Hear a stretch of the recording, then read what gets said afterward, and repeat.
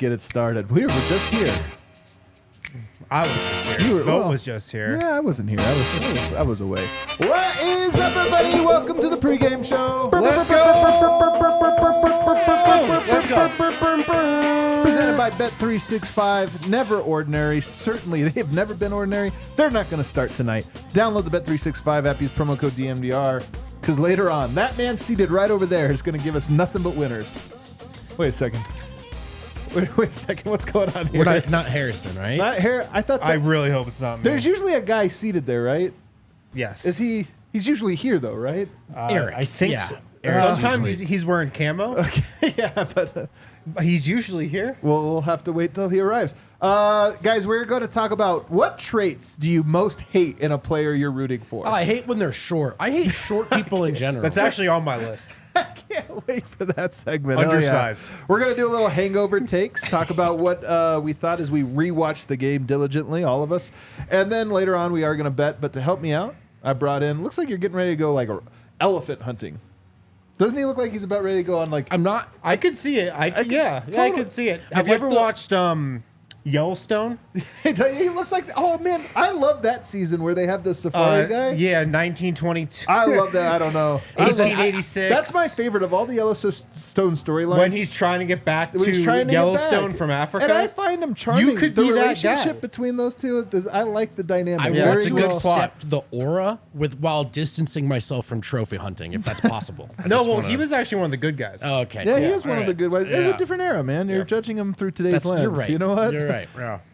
It's like Hemingway. 1883. Also in 1883. No, is that the? Yeah, it is. It's the old 1883? one. It is Yeah. the old, or is it the middle one?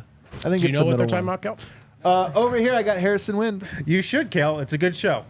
You should. It's all right. It's all right.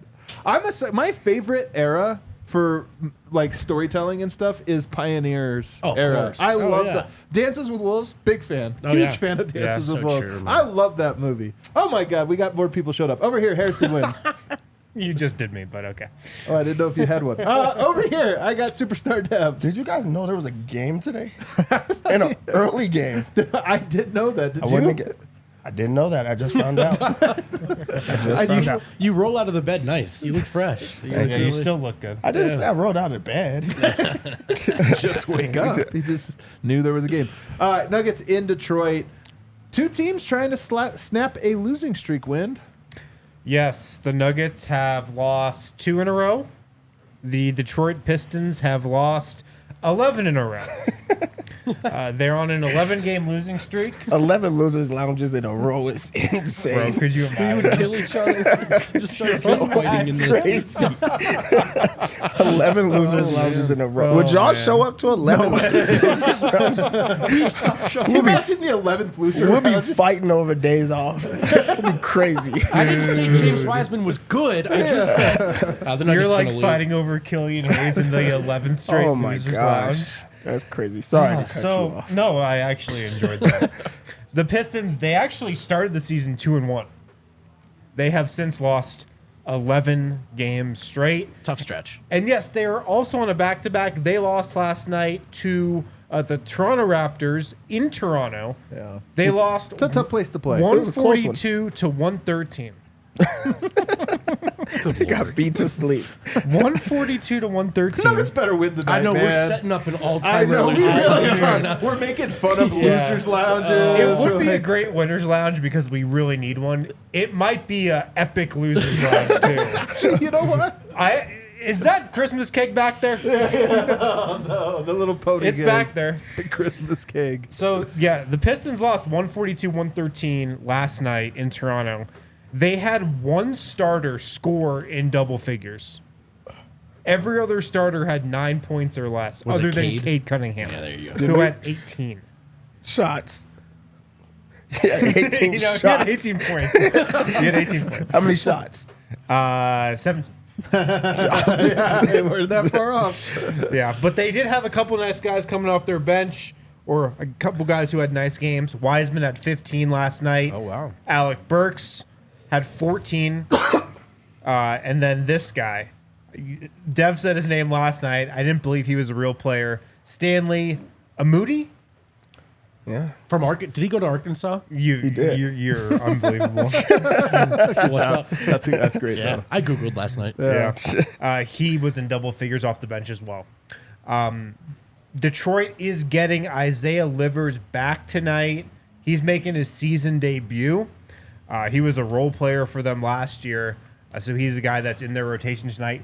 Jalen Duran is not playing tonight. That's a good break for the Nuggets. That's a huge break for the Nuggets. I'd actually be a little concerned about this game if he was playing. Yeah. But he is still out, luckily, for Detroit. Jamal Murray's still out for Denver. Mike Mullen said pregame that he's probably not returning on this road trip. Not a big surprise there.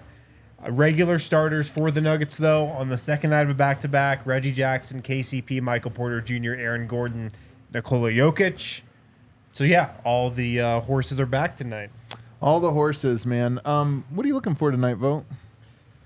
Well, I'd like to see the starters play better. Not to sound That'd be greedy. nice. Not to sound greedy, but let's start there. It was weird watching them really just get really get whooped for the first time all season. Now, a lot of that was the in and out of Jokic, the foul trouble of Jokic, and that'll do it. But it also just felt weird. It also felt like they maybe had 2 or 3 nugget sequences all night. So, I'd like players X, Y, and Z to all be better, but I'd mostly just like to see the starters playing with chemistry and joy. So I know it's kind of an all-encompassing answer, but let's boil it down to a ball is popping game from the Big Five. This would be nice, a ball is popping game. Dev, what about you? Probably just getting back to like Jokic dominating efficiently.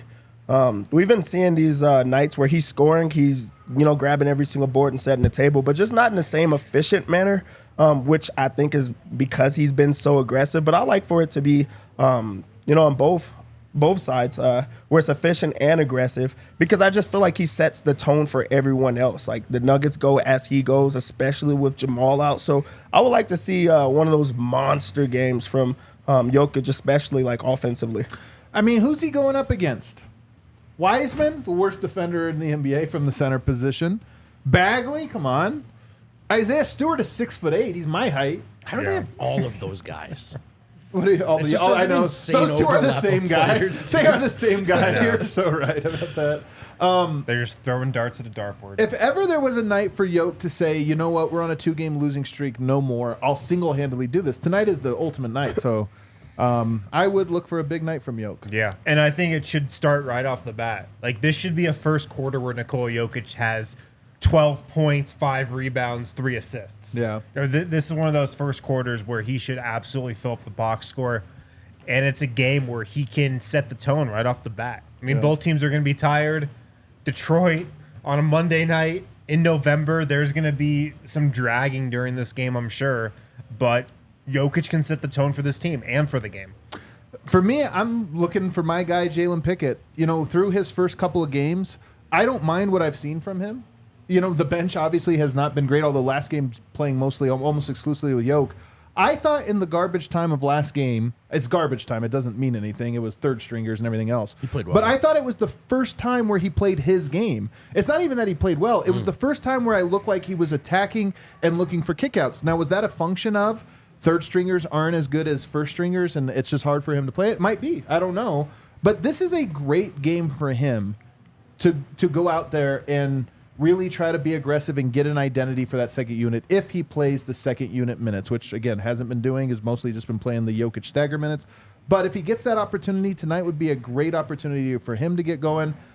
Strother, I thought, played very well in the last game. I was very happy with him. This is a chance for him to continue that. The Nuggets need his scoring and his shooting. So for me, yes, the starters can win this game single-handedly tonight. But at some point, I would love to see a second unit that has an identity. And I don't see that identity coming from anybody but the point guards. How pissed would you be if they went back to Colin Gillespie tonight? For this game, this would be like I would how many raise games it. has Jalen Pickett got? I was going to say, 3? I think Is they it might 2 have or had 3? the same amount of cracks at it now. Man, Something that to would keep be an eye on. that would be wild if you get to if that goes to the. I think Jalen Pickett is playing. I would be pretty surprised if they went back to Gillespie tonight, but back to back, it's kind of on the table. Man, that would be wild. That would truly be wild. That will ruin my. That would ruin your my night for me pregame tonight. take. Let's go to hangover takes here, though. usually, it's a back-to-back, so usually we do this the day after. Oh, look at us, man. My goodness, we're looking good. No baby in this picture. So if we look at the hangover takes here,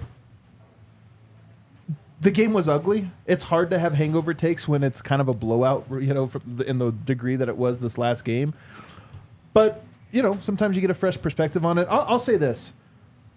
There's a handful of teams in the NBA that have two bigs in their front court. Not many. Cleveland's one of them. And Jokic had a bad game last night. Some of it I do think has to do with the nature of the team. But two bigs is especially hard to go up against when you don't have your pick and roll threat. And to me, that's what was that game. Like the Cavs, I don't know if the Cavs are a bad matchup for the Nuggets. I don't think that's necessarily true. They're a bad matchup, a real bad matchup for the Nuggets without Jamal Murray. Yeah. That was specifically a matchup where I was like, man. And you know what else was strained in that matchup in Murray's absence, or put a strain on it, was Gordon's lack of shooting. So it's two bigs. And I wrote in the grades this morning, like, it's kind of nearing Draymond Green territory with Gordon when he's off ball. He had some nice moments with the ball in his hands and bring the ball up. But when he's off ball, teams are just like, and I love AG. I'm not trying to go too hard, but his three-point shot, the shot just looks as wayward as ever to me. And teams right now are like, man, feel free. And so when there's no pick and roll partner out there and there are two bigs and one of them isn't really worried about getting out to the three-point line, between that and the whistle, you start to see the recipe for Jokic's disaster, if you want to call it that. Yeah. My hangover take is that Cavs matchup is probably the one that they look at the most at the end of the year, because I think it's the one that prepares them most for who they're most worried about in the West. Minnesota. And that's Minnesota, because they get to see that twin, tower lineup. And there's not many of them like that. And the Nuggets won't see the Cavs in the playoff, but they will see Minnesota. So this is the game that they, not excited, but you get to see it and say, Jokic, this is why that didn't work, or this is how you operate in this set, as well as Aaron Gordon. This is how teams are going to play you, especially Minnesota. We need you to be better, and this is, what we're going to do. So there's a lot of film to watch in those type of matchups. So that game mattered a lot more than what you just think of off top. Yeah, my hangover take is I went back and watched the third quarter. That was kind of the pivotal quarter where the game ended. Right out the bag. Yeah. And it was interesting because obviously, like, the Cavs offense was cooking in the first half, and it just seemed like they were getting into the paint and then just lobbing it up to Evan Mobley or Jared Allen, like, whenever they wanted, and there's really zero resistance from the Nuggets defense. The very beginning of the third quarter, it looked like Denver was trying to make an adjustment, and then just it didn't happen because the Cavs were still doing whatever they wanted. And if you go back and watch some of those possessions, Jokic is getting really upset with the Nuggets guards, it looked like. And I think that contributed to him getting really frustrated and ultimately committing those two offensive fouls, both of which might have been on purpose. Go back and he pulled a Draymond. He was like, those were on purpose, bro. Yeah, I'm getting out of here, the second man. one was on. Yeah. If Rudy was there, he would have Those were him. like, I'm going to make you call two offensive fouls right now on these two possessions. And Tony Brothers was like, say less. Please. Yeah. But I think some of the frustration stemmed from how the Nuggets guards were defending Cleveland's guards. And he was like visibly upset on a couple of those early third quarter possessions. And it seemed like Denver was not playing like the type of defense that Jokic might have expected them to. I thought Reggie Jackson really struggled on defense, and I say that because he's been a pleasant surprise on that end in my eyes for most of the season. But I thought last night he and even KCP at times, like obviously we saw the dunks, but it started with the guards, and I just didn't really, none of the five Nuggets defended well. Yeah. I think you're right, though, about Jokic's frustration. And we said this coming into the year with the short rest in Jokic. What can save it? Well, having fun, like the basketball being the right way. That's how Jokic has fun, when they play the right way. And for 7-8 games out of the gate, that's exactly what happened. Right. And as a result, Jokic looks the best he's ever looked. And we're like, man, everything's great. He seems to be happy. You lose Murray, there's a little bit of chaos, and I just feel like every game has kind of gone further. They've strayed every game in the wrong direction. And look, sometimes things have to, they bend and then they break, and it's like, all right, we got to address it. And last night was a blowout performance, kind of a humiliation. It's the first time Denver looked truly, I guess that in the Minnesota game, the two games where they looked truly outclassed, it wasn't like off night shooting. It was like, no, man, they're getting run off the court. And so maybe this is all right, we have to focus and do the details. And on that note, Michael Porter comes back in the crosshairs for me as a guy that I look at so interesting because it made the rounds today on basketball Twitter for whatever reason that he does not have an assist for the last 4 games because he's been passing really well. Michael Porter, to me, in the first 8 games of this year, everything was right but the shot. Yeah. And I feel like in these last little bit, like this last game in particular, he was clearly looking for his shot, being more aggressive one-on-one than we had seen, more aggressive. He took some shots that were tough shots, but he's good at tough shots and drains them. And it sort of seemed to come at the expense of everything else. And so I'm looking at Porter, and I feel bad for him because I do think he's caught in between his instincts, how he's always played the game his whole life and what he's great at, and this version that the Nuggets are trying to mold him into. And what they need is both. And I just feel like it's so complicated for him to figure out both. Especially when Jamal is out, because both is more extreme. Of some nights it's like, hey, we really need you to get 25 to 30. Yeah. And that strains that dynamic as well. Yeah, I think a lot of it is also just asking him to do 2 different things at different times. Yeah. Like he's asked to play, ball is popping basketball, but then it's like, but we really need you to get 20 tonight also. We need you to shoot the basketball and be good on that end, but also play within the flow of the offense. And he's like, I've been playing in the flow of the offense, but now you want me to be more aggressive, or you want me to, be something that you guys have told me that I'm not? Because that's natural. What he was last game, that was Michael Porter Jr. basketball. He's okay with that. But then it's like, okay, but how do you do both? And I think he is still learning how to fit in that regard. And you only see him have those type of nights when Jamal's not there. So he hasn't been able to get it going with all 3 of them going at the same time, which I feel like he's just like, okay, how do I fit that then? How do I get there? Yeah. I mean, that's kind of alarming to me if he can't do that at this point. Or maybe it's just like everything else. When Jamal comes back, it makes sense. When he doesn't, he's not. I get that, but it's like also just basketball.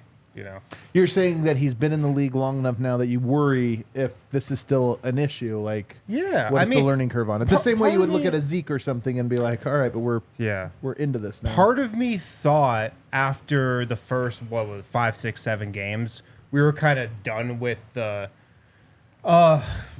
alarmingly bad game defensively from Michael Porter. He's not playing in the flow of the offense, and like I thought. Last night he played in the flow of the offense. Like I thought it was a good offensive game for him. Yeah, he shot it maybe a little more, but I thought it was fine. I feel like he should know how to do both those things and be able to do both those at this point. Yeah. I don't know. Yeah, I mean, look, I think both things are true. When Murray's back, you don't need him to be too much, so the thing is a little bit more narrow. But at the same time, the thing that makes Denver a dynasty, or one of the things that could make Denver a dynasty, is Michael Porter growing beyond that. Yeah, like last year, they won because he accepted the narrow role. This year, you can win even more by him accepting the narrow role, but being able to go outside of that in key moments, which Murray's out right now. This is a key moment. So I do think both things are true. I do think it's a process, and I do think it's the 13th game of the year, and there's plenty of opportunity to grow, including tonight. I want to move on now, though, to talk. I was thinking about this today, about things fans can get frustrated with their own players. What traits are it that are the most unforgivable when you're rooting for your guy? And I thought I'll throw this out to the group. I'll start with you. What trait from a player that's one of your guys, you're rooting for on your team, what trait is most unforgivable? Okay, unforgivable is kind of a hate, the one that just you. grinds my gears is free throw shooting, and it's I don't know if you guys have noticed, not a Nuggets skill this year. Man, we suck at free throw It's shooting. really frustrating. We can't get there and can't make them. But it's all from players I love. Jokic, one of the very best players of all time. It's crazy that I trust Jokic more than any athlete in the history of sports, except for at free throw line. I'm like, we're particularly if it's clutch, and he's one of the most clutch players of all time. Yeah. Aaron Gordon, 99% one of my favorite players on any teams I've watched closely. Exquisitely bad at free throw, like historically, not really, but it sure looks that way. MPJ, unbelievable touch, all universe touch from 3-point range, bring it into the line, not so good. So watching the clankers are really frustrating, and ones deserve to be finished And when they're not, it's a basketball crime. Yeah, I mean, they're free, so you should make them. Gotta make them. Yeah. My trait that I just hate the most is low IQ players. And stupid players, dumb players. And I think this is my take because I'm now of the school of Nikola Jokic. And I've watched Nikola Jokic operate for the last 7-8 years, and he has arguably the highest basketball IQ of all time. And when a player is not smart and low IQ and they're on the Nuggets, it just stands out so much because everybody on the Nuggets just kind of knows how to play and has a high basketball IQ. Yeah. So if you're a low IQ player, I'm usually out on you. In the chat, I'm curious what you guys think as well. So let me know your most hated trait. Dev? Mine's is when people go away from what their strength is. Oh, Like that really bothers me. If you're like a really, really good shooter, shoot the basketball. Yeah. We don't want to see all these other things. And I understand you're trying to explore your game, or you're not tricking people. We know you're a shooter. If you're a defender, be a defender. We don't need you to be all offense too. Like, be a lockdown guy and be okay with that role. Like, I like people that understand what their role is. Yeah. That's big for me. It does always suck when you have the player who's like so good at their role, but like twice a game you have to give them the thing they're terrible at. Like this was back. Kendrick Perkins is the ultimate of this. Back when you had that Thunder team, and they had to post him up every now and then for no. He was the worst post up player in the league, but they're like, you got to keep him happy. Yeah. And I was like, I hate that. That's what keeps you happy. But that was also like a take about every big man. Like back in the day. At any level of basketball. So true. Keep them engaged on offense so they try on defense. Everybody does it. You got to keep them happy because they're just like, well, I'm just going to sabotage everything else because I'm not happy. And it's like some like charity but post you got to up, do the thing that you're good at. Go do that thing.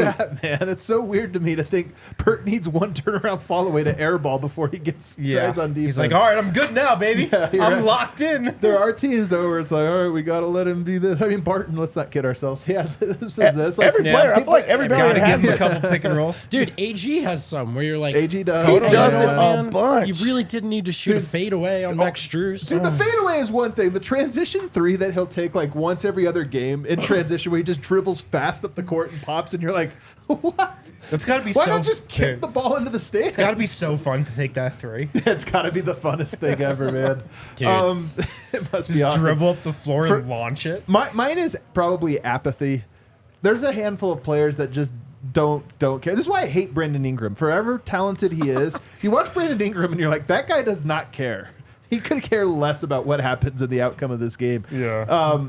That to me is the biggest one. You got to know that your guys care, and you got to see it. And sometimes it's performative. Like, say what you will about Manimal, there was a lot of things he didn't care about. Like, he wasn't always carrying on defense. One end of the floor. But you loved how hard that guy went off of offensive rebounds or fast breaks. Yeah. At least you knew he cared about something and he gave his all. Yeah. And you got to have that. So for me, caring and then just the effort, like guys that put effort into it, to me are the unforgivable trait. If you don't have those things, it takes a lot to make up for that. Yeah. Yeah, those were good. We got a super chat about this. All right, let's hear it. Carlos Romero hated Nuggets traits. Oh, he's going to name the player specifically. KCP is the worst fast break offensive That's player. a fact. He's like an airtight role player, cannot hit a fast break layup. It's unbelievable, man. Mike handling the ball in traffic and AG going Orlando AG. Oh, man. Mike, this is a funny, very specific one. It's not even handling the ball in traffic. Mike, there's no such thing as a 50-50 ball for Mike. He needs like an 80-20 ball to grab it. And then if there's ever like... I swear to God, he's led all players in the history of players where he has secured the rebound and then somehow it's taken out of his hands after it's been secured. Where you're like, grab that, Mike. Hell yeah. He had the one last night where they tried to go on a third quarter run. He hit a shot, then he blocked a shot and he ran the floor. Oh, Yeah. he fumbled right into Jokic's hands. It's like, what is? How did that happen? It's so weird. But I mean, I don't know with him. It's just his hands. He's got tiny hands. All right. Wait, the player should get to do a least favorite podcast. I have trait. another trait here. A trait I might hate even more than low IQ players is players, and this is really only NBA players, when they don't know how to run a fast break. It's the new fast break, man. It's new fundamentals. A take I have is NBA teams need to run that drill 3-on-2, 2-on-1. that everybody ran in high But school. don't you think this is a little bit of a new fundamentals? Like they're doing something different. They're deliberately doing the. They weird never fast make break. the extra pass. They're like, I'm going to beat this one guy no matter what. It's like if you have a 1-on-2 or a 2-on-1, you're going in that on that dunk like every time because usually it works. Like usually you get fouled, which you could get a layup out of it every time if you would just pass it, or it's just an uncontested dunk. But sometimes it doesn't, and you're like free points you're leaving on the board. Shooting threes is fun, man. Just ask AG. Let's open up the Bet365 Never Ordinary app and let Dev give us all financial advice. So, Denver comes into this game as 9-point favorites, and that's a lot. It's a lot of points. I wonder if Denver's able to blow out a team. Man, I don't know if they are. To be honest, I'm they staying kinda- away they- from they- 9.5. Didn't they kind of blow out the Pelicans in Denver? Did they have Murray? That's what I'm trying to remember. Yeah, that's going to be hard to blow out a team like that. 9 is a lot, even a team this Oh bad. no, they didn't. Yoke went nuclear though. Yeah, I'm just wondering if they can. So that's not that's too high of a line. I think it's too high. I think it's too high of a line. I would stay away. Yeah. Stay away. I will take the over 225. I see Denver scoring with ease in this game, so I think that they're the ones that can. Second night of a back-to-back for both make it up. teams. We're taking it over. That's exactly what I was going to defense is gonna say. be bad. Both teams are on the back-to-back, but That'll not do really. it. They're really not on the back-to-back. Jokic decided to mail it in early. Okay. They got beat to sleep. No one really got to play in that game. That Good was point. so bad. It doesn't matter. They're used to this right now. Denver also needs a bounce-back spot, so I think that they're like a little bit more motivated in this game. So I like that over. For Pistons, Well, we can go quick here. there's not many things that I like. Hell yeah, I was So gonna I'll tell say you, this would be tough. I'm a Cade Cunningham fan. I really am. Me too. I love him. I think that he's one of my favorite players to watch. With that being said, this is an under game for him. Oh man, I'm going under points, rebounds, and assists. He will shoot the ball 20 times this game. He will. But he's not going to make a lot of those shots. He's like kind of inefficient. Also, he doesn't really get others involved. He just wants to do it himself. So I don't think the rebounds or assists is where he'll be able to go. I'm going to go under. All right, I'm I taking will it with go you. over on Isaiah Stewart points plus rebounds. man, that's a good one. That We're guy's a going to think workhorse. about like what could have been. He's a madman. He scares me. I feel obligated to make that bet right there. He might foul the heck out of Yoke though. That's the only reason that bet might not hit. That will piss off Yoke. So that's good for Denver. But I'm That is saying, good for- yeah. But I'm saying he might. Tony get, Brothers is not reffing the game. well, tonight. you don't know that. You just assume that. No, I do know that. I check. Oh, really? I Now check onto- the referee assignments every day. I love Onto that. Denver. Part of I my love job. that about you. It's part of my job. This is an Aaron Gordon matchup. I think he has a monster game. Like the motor was down last game. I think he feels guilty about how he played last night. His It points, is rebounds, and assists. Motor City. 26. The Motor City, and that's where he's going to be. I'm going to take the over on rebounds at 6.5 as well. I think that he gets that done. Let's get KCP to record 2 steals. They're a young, careless team. Yeah, that's a great point. He'll be able to get his steals. And Michael Sasser Jr. Yeah. Yep. Speaking of Michael that a nickname Porter or a player? Jr., His name's Michael Sasser. his 3-pointers are at 2.5. They actually went down Whose? after he had a good game. Michael Porter Jr. I do think that he's going to find 3 threes in this game. So the 2.5, that was a beautiful sight It's, to see for it's him to make Marcus it. Sasser, by the way. It's Or Marcus the Sasser. What do I I was call going to Michael say there's Sasser? something Yeah, about that Marcus seemed Sasser. off. It was the step back 3 over Max Strus in the corner that made me think he's feeling differently about the shot. Come on, baby. Yeah. 2.5. That's 2.5. child's play. Child's play. I'm Let's gonna get double unit that. I'm gonna Yes. double unit it. I'm gonna double unit let's it. get Jokic to record a triple-double and for street cred in the first half. Wait, what? Can you bet that? Or you're just saying I'm just it? telling okay, you. you're For just telling street us. For- street in cred. Harrison Streets, triple-double. All right. The streets they are talking, have it at right? Plus money Sure. tonight? The streets are Wow. talking. So I like that one. Also, this is a game that I see that he just gets himself going with easy points. Okay. Plus, grab every single rebound that goes his way. I also think that they know that they can't guard him. They're going to let somebody get eaten alive. So I'm going to do points plus rebounds at 43.5 for Jokic is my lock of the game. Okay. Over 43.5 points plus rebounds. Are we feeling like Christian Brown is out of his slump to Yes. make threes? Oh, threes. We're going back to this? It's fun to Not go even back not to. even Wind likes this bet. No, I don't like go this back. bet. But what you to can do is, sometimes. and he's been hitting it every single game, Christian Brown's points, rebounds, and assists. Yeah. It's always He's too just low. playing a lot of If minutes they also now, think that he's gonna, this is gonna be a blowout like that, it's gonna be the second unit. He is in that second unit. They put it at like 14 and a half, 15 and a half. It's way too low. He gets 10 points, 6 rebounds. That's already there. I love it. Here's a bet I like. Reggie Jackson in his Detroit homecoming, over 16 and a half points and assists. That's the bet I like. Over 16 and a half. He's been, man, I have too many bets on tonight's game. No way all of these hit. I just took like 20 bets. That's called bad gambling discipline. So yeah, Deb gives you 8 different legs, and you're like, "This is a parlay, right?" You just throw them all in the same bet. All right, everybody. Thanks for watching our pregame show. It was a lot of fun. We're going to go down to the bar, watch the game, and then we're going to be right back up here for the postgame. Do us a favor, hit the like button on the way out. We'll see you on the other side.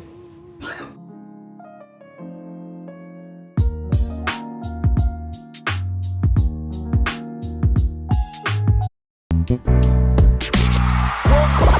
all silly like the mayor.